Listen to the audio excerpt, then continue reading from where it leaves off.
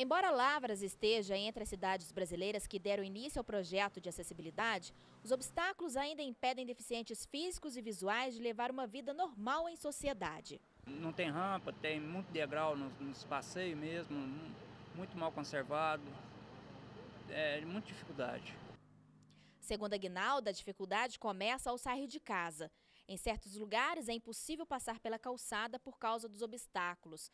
A saída então é se arriscar pelas ruas e avenidas, mesmo correndo o risco de ser atropelado. Sim, tem que passar pela rua, tem que vir pela rua, porque não tem como andar no passeio.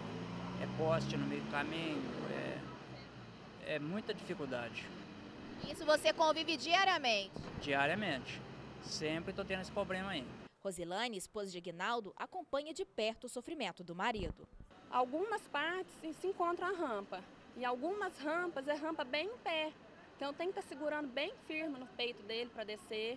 A rua, às vezes eu desço na rua, é carro passando, tirando fininha nele, sabe? Às vezes grita para mim, esse é lugar de cadeirante não é na rua, é no passeio.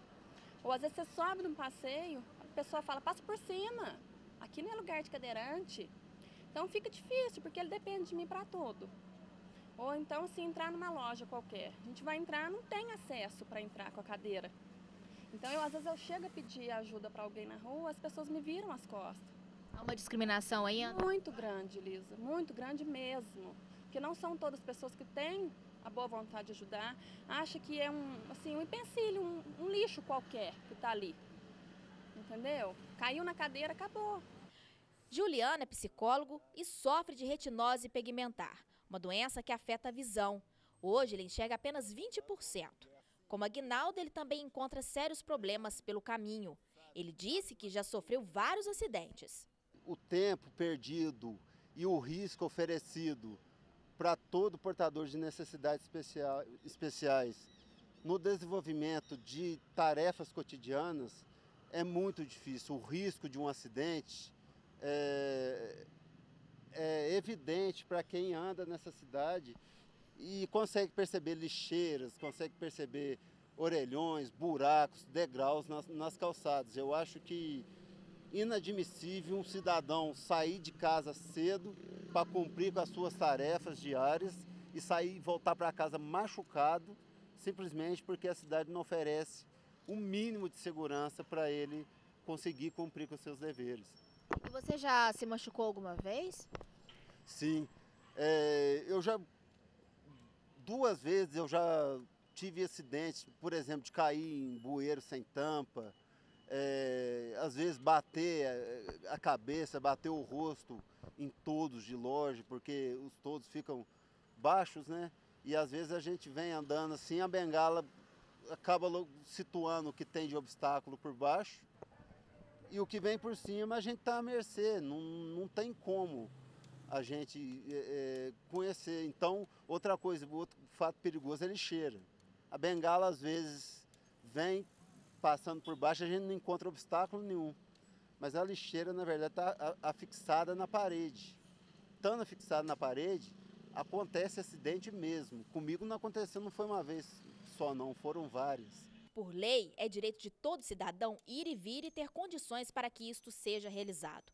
Mas nem sempre é assim. Mesmo depois de tantos direitos conquistados através de leis, a situação do deficiente ainda preocupa. Eu acho que, infelizmente, na nossa cultura, a lei existe, está aí para favorecer, existem algumas lacunas, né? Mas o que existe de lei, se fosse cumprido, já era suficiente. Por exemplo, hoje, eu como deficiente visual, eu saio de carro com a minha mãe para a rua e a gente não encontra uma vaga para estacionar carro simplesmente porque tem pessoas não portadoras de necessidades especiais e estão usando as vagas. Então é uma coisa que já está na base, já está na cultura, educação. Eu acho que antes de existir qualquer lei, a educação é a base de tudo. O sujeito ter autonomia para ele saber que ele convive numa sociedade que tem normas e ter ética suficiente para se posicionar diante dessas normas e saber que a partir do momento que ele está infringindo o direito de alguém, ele não está sendo ético. Isso já o problema está aí na base. Outra coisa, lei. Já houve casos da gente parar e eu falar, o seu guarda, eu quero parar na vaga de deficiente ali e ter um carro parado. E, de qualquer maneira, a autoridade falar comigo, não, mas não vai ter condições de eu tirar. Você não está vendo que ele está descarregando o veículo dele? Eu falei, puxa vida, mas a vaga de deficiente ou é carga e descarga? Então, a lei está aí para ser cumprida, independente de quem seja, né? Sem dois pesos e duas medidas. O que serve para um, serve para outro. Do mesmo jeito que eu cumpro os meus deveres, eu quero exigir meus direitos. Tanto em bairros, quanto até aqui mesmo, no centro da cidade. Você encontra bastante dificuldade, sabe? Às vezes até em ônibus, a gente entra em ônibus, muitas das vezes o motorista ou até o trocador não coloca cinto nele. Então eu tenho que estar segurando com as pernas, corre risco da cadeira andar, sabe? Então fica assim muito difícil, porque ele é uma pessoa igual a qualquer outra pessoa. Não há diferença, a única diferença é que ele depende das rodas para andar, entendeu? Então, assim, a discriminação deixa a gente assim, até com vontade de chorar, porque, sabe, eu não acho diferença nenhuma. Tanto o cadeirante quanto o deficiente auditivo, seja lá qual for a deficiência.